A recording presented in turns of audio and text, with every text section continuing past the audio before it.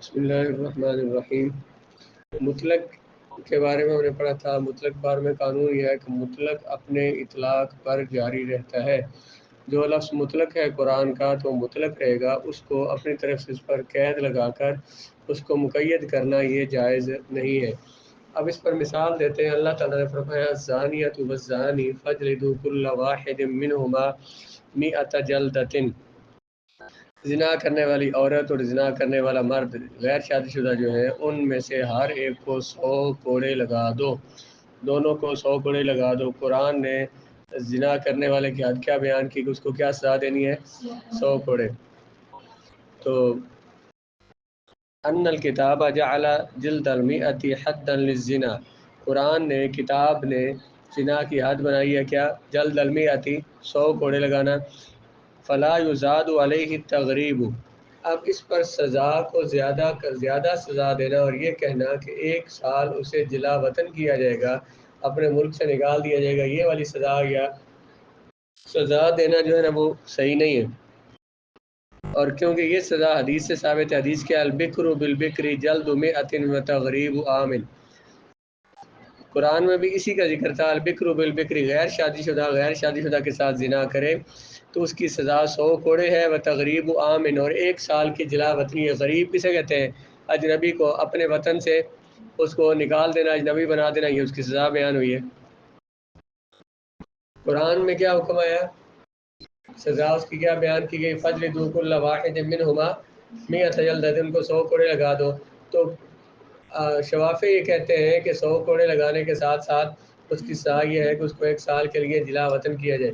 احناف کہتے ہیں کہ جلا وطنی کی سزا نہیں ہوگی، اس وجہ سے نہیں ہوگی کہ قرآن کا حکم کیا ہے کہ اسے صرف کوڑے لگا دو۔ تو قرآن کے حکم کو خبر واحد، مطلق حکم کو خبر واحد کے ساتھ مقید کرنا، مطلق حکم کیا ہے؟ کوڑے لگاؤ 100، تو اس کو خبر واحد کے ساتھ مقید کر کے یہ کہنا کہ 100 کوڑے کے ساتھ اس کو جلا وطن بھی کریں، تو خبر واحد کے ساتھ اس کو مقید کرنا جائز نہیں ہے، بلکہ اس پر ہم یوں عمل کریں گے کہ قرآن پر بھی عمل ہو جائے اور سنت پر بھی عمل ہو جائے۔ تو وہ یہ کہا کہ اگر سزا شرعی جو حد ہے وہ یہ ہے کہ اس کو صرف 100 کوڑے لگانے ہیں۔ اگر امام، قاضی، حاکم یہ سمجھے کہ اگر وہ اس کا یہ خیال ہو کہ اس کو بندے کو صرف کوڑے لگانے سے اس کی سزا پوری نہیں ہوگی یا بندہ اس گناہ سے باز نہیں آئے گا، تو اس کو سزا اس طرح سے دی جائے کہ اس کو جلا وطن بھی کیا جائے۔ اگر اس کی رائے ہو تو اس پر عمل کیا جا سکتا ہے اور جلا وطنی کی جا سکتی ہے۔ سیدنا عمر رضی اللہ تعالیٰ عنہ نے ایک شخص کو جلا وطن کیا اور وہ کافر ہو گیا، نصرانی ہو گیا، تو آپ نے فرمایا کہ آئندہ ہم یہ سزا نہیں دیں گے۔ تو اس پر احناف نے یہ کہا کہ اگر یہ اللہ کی حد ہوتی، کون سی؟ جلا وطن کرنا، تو حضرت عمر رضی اللہ تعالیٰ نے کبھی بھی یہ کہہ ہی نہیں سکتے تھے کہ آئندہ ہم یہ نہیں کریں گے، کیونکہ اللہ کی حدود تو قائم کرنا جو اللہ کی طرف سے فرض ہے وہ تو قائم کرنا ان کا کام تھا۔ تو جناب عمر رضی اللہ تعالیٰ نے یہ جو فرما رہے ہیں کہ یہ ہم آئندہ اس طرح نہیں کریں گے اور جلا وطن نہیں کریں گے، اس کا مطلب ہے کہ یہ حد نہیں ہے بلکہ یہ حاکم کی مرضی پر تھا، اس لیے حاکم اسلام نے فرمایا کہ آئندہ ہم نہیں کریں گے، تو وہ پھر اس کے بعد ویسے ہی ختم ہو گیا۔ تو اس لیے قرآن کے بات کہاں سے چلی تھی کہ قرآن کا حکم کیا ہے کہ 100 کوڑے لگاؤ، اس 100 کوڑے والا حکم جو ہے یہ مطلق ہے، اس کو جلا وطنی کی قید کے ساتھ، حدیث کے ذریعے جلا وطنی کی قید کے ساتھ مقید کرنا جائز نہیں ہے۔ کیا بلا؟ 100 کوڑے کا حکم کیا ہے؟ مطلق ہے، تو اس کو جلا وطنی والے کا حکم لگا کر اس کو مقید کرنا، اور وہ بھی حدیث خبر واحد کے ساتھ مقید کرنا یہ جائز نہیں ہے۔ تو کہتے ہیں کہ جب رسول اللہ کی حدیث ہے پھر ہم اس پر یوں عمل کریں گے کہ قرآن پر بھی عمل ہو جائے اور حدیث پر بھی عمل ہو جائے۔ تو ہم نے کہا کہ سزا اس کی کیا بنتی ہے جو لازم ہے دینا حاکم اسلام کے لیے، وہ کیا ہے؟ 100 کوڑے لگانا، اور جلا وطنی جو ہے یہ سیاستاً ہے، سیاستاً مانا حکومتی ملکی حالات کے مطابق اگر حاکم یہ سمجھے کہ اس کو جلا وطن کرنا چاہیے تو کر دے۔ مثال سمجھ آ گئی؟ اب اس کو کتاب میں لکھیں۔ امام شافعی رحمۃ اللہ تعالیٰ علیہ فرماتے ہیں کہ مذکورہ صورت میں غیر شادی شدہ زانی مرد اور عورت میں سے ہر ایک کو 100 کوڑے بھی مارے جائیں گے اور انہیں 1 سال کے لیے جلا وطن بھی کیا جائے گا، جبکہ امام ابو حنیفہ رحمۃ اللہ تعالیٰ علیہ فرماتے ہیں ارشاد ربانی الزانیۃ والزانی فاجلدوا کل واحد منہما مئۃ جلدۃ۔ تو آیت کریمہ میں صرف 100 کوڑے مارنے کا حکم مطلق ہے۔ اگر امام شافعی کے پیش کردہ حدیث پر عمل کیا جائے تو خبر واحد کے ساتھ کتاب اللہ کے حکم میں تبدیلی لازم آئے گی۔ حدیث خبر واحد کے ساتھ قرآن کے حکم میں ہے، اس لیے ہم اس طرح عمل کریں گے خبر واحد پر بھی عمل ہو جائے اور کتاب اللہ کے حکم میں بھی تبدیلی نہ آئے۔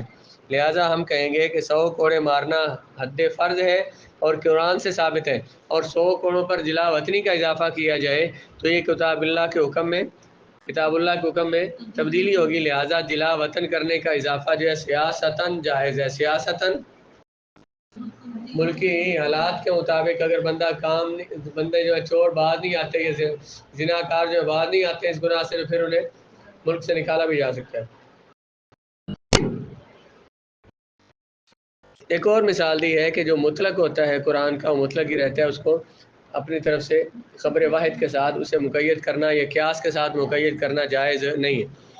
اللہ تعالیٰ کا کذالک قول تعالیٰ ولیطوفوا بالبیت العتیق، اللہ تعالیٰ کا حکم ہے لیطوفوا، یہ لام امر ہے، چاہیے کہ وہ طواف کریں بیت اللہ کا، بیت عتیق کا، کیا کریں؟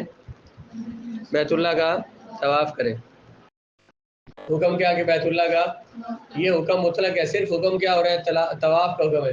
اگر ہم اس کے ساتھ وضو کی قید لگا دیں کہ وضو کر کے طواف کریں، باوضو طواف کرنا فرض قرار دے دیں یا واجب قرار دے دیں، تو یہ کتاب اللہ کے حکم پر زیادتی لازم آئے گی۔ فرض قرار دے دیں کتاب اللہ کے حکم پر زیادتی لازم آئے گی، اور حدیث کے ذریعے یہ ہے، اور یہ جو زیادتی اگر حدیث کے ذریعے کریں تو قرآن کے حکم پر زیادتی لازم آتی ہے۔ تو ہمیں یہ چاہیے کہ ہم اس پر یوں عمل کریں کہ قرآن کا حکم بھی نہ بدلیں اور حدیث پر بھی عمل ہوتا رہے۔ تو وہ کیسے ہو سکتا ہے؟ میں یکون مطلق الطواف فرض، کہ مطلق طواف کو فرض قرار دیا جائے قرآن کے مطابق، اور وضو کو حدیث کی وجہ سے واجب قرار دے دیا جائے۔ حدیث کو وضو کی وجہ سے، وضو کو حدیث کی وجہ سے، کیونکہ حدیث میں وضو کو حکم ہے، اس لیے اس کو کیا کر دیں؟ واجب کہہ دیں، اور فرض کس کو کہیں؟ ولیطوفوا کا لفظی معنی کیا بلا؟ چاہیے کہ وہ طواف کریں بیت اللہ کا۔ طواف کس کو کہتے ہیں؟ کعبے کے ارد گرد چکر لگانا، بس۔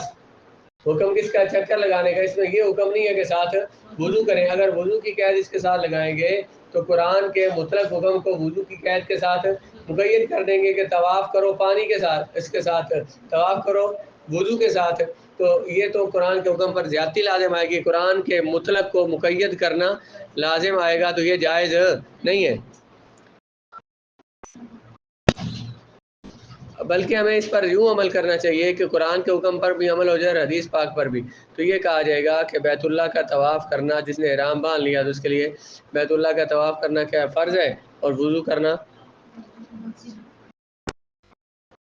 واجب ہے۔ اور واجب ہونے کی دلیل کیا ہے کہ اگر بندہ بے وضو طواف کرے تو پھر اسے قربانی دینا پڑتی ہے، اور اس پر کچھ نہ کچھ جرمانہ اسے دینا پڑتا ہے۔ اس کا مطلب ہے کہ با وضو طواف کرنا یہ کیا تھا؟ واجب تھا، فرض نہیں تھا۔ بات سمجھ آئی کچھ؟ قرآن نے کیا کہا؟ وَلْيَطَّوَّفُوا، تم کیا کرو؟ طواف کسے کہتے ہیں؟ کعبے کے گرد چکر لگانے کو کہتے ہیں۔ تو اللہ تعالیٰ نے اس کا حکم دیا، تو اگر یہ کہا جائے کہ وضو کر کے طواف کرے تو یہ اس قرآن کے اس مطلق حکم کو، جس میں صرف کیا کہا گیا کہ طواف کرو جیسے مرضی کرو، تو اس کو اگر کیا حدیث کے ساتھ خبر واحد کے ساتھ اسے مقید کریں گے تو قرآن کے حکم پر خبر واحد کے ساتھ زیادتی لازم آئے گی، جو جائز نہیں۔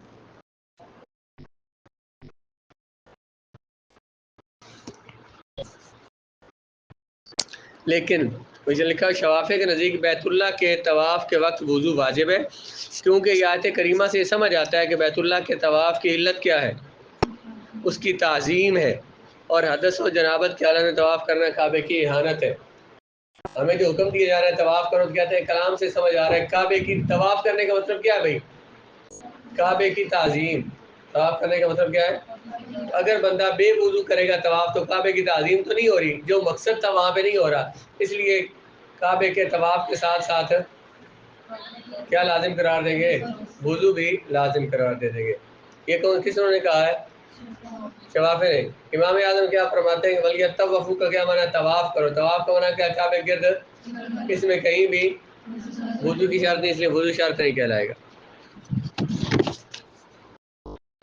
احناف کہتے ہیں طواف کے وقت وضو واجب نہیں، کیونکہ طواف بیت اللہ کے چکر لگانے کا نام ہے، خواہ وضو کے ساتھ ہو یا بغیر وضو کے۔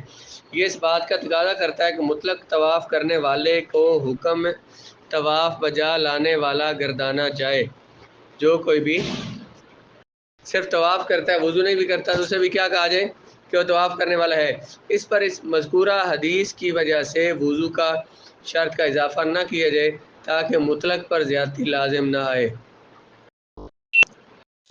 احناف کہتے ہیں طواف کے وقت کیا ہے، وضو کرنا واجب نہیں ہے، کیونکہ طواف کا معنی کیا کعبے کے گرد، چاہے وہ وضو کے ساتھ ہو چاہے وضو کے بغیر ہو۔ لیکن اگر کوئی نہیں کرتا، بے وضو کرتا ہے، تو کیا ہوگا اس کے لیے، بترک الوضوء الواجب بالدم، واشی میں لکھا ہوا ہے کہ میں یکون مطلق الکتاب فرض بحکم الکتاب، کہ مطلق طواف یہ فرض ہے قرآن کے حکم کی وجہ سے، اور وضو واجب ہے حدیث کی وجہ سے۔ فیوجب نقصان اللازم بترک الوضوء، تو وضو کے ترک کرنے سے جو نقصان لازم آتا ہے وہ پورا کیا جائے گا، کیسے، بالدمی، دم دے کر، اس کا دم انہیں دینا پڑے گا لیکن ان کا عمرہ ادا ہو جائے گا۔ ایسے فرمایا اللہ تعالیٰ نے ورکعوا مع الراکعین، تو تم رکوع کرو رکوع کرنے والوں کے ساتھ۔ یہ آیت جو ہے مطلق ہے فی مسمى الرکوع، لفظ رکوع میں، فلا یزاد علیہ شرط التعدیل، اس میں تعدیل کی شرط نہیں لگا سکتے حدیث کی وجہ سے۔ لیکن یعمل بالخبر علی وجہ، لیکن خبر پر یوں عمل کیا جائے گا جس طرح کے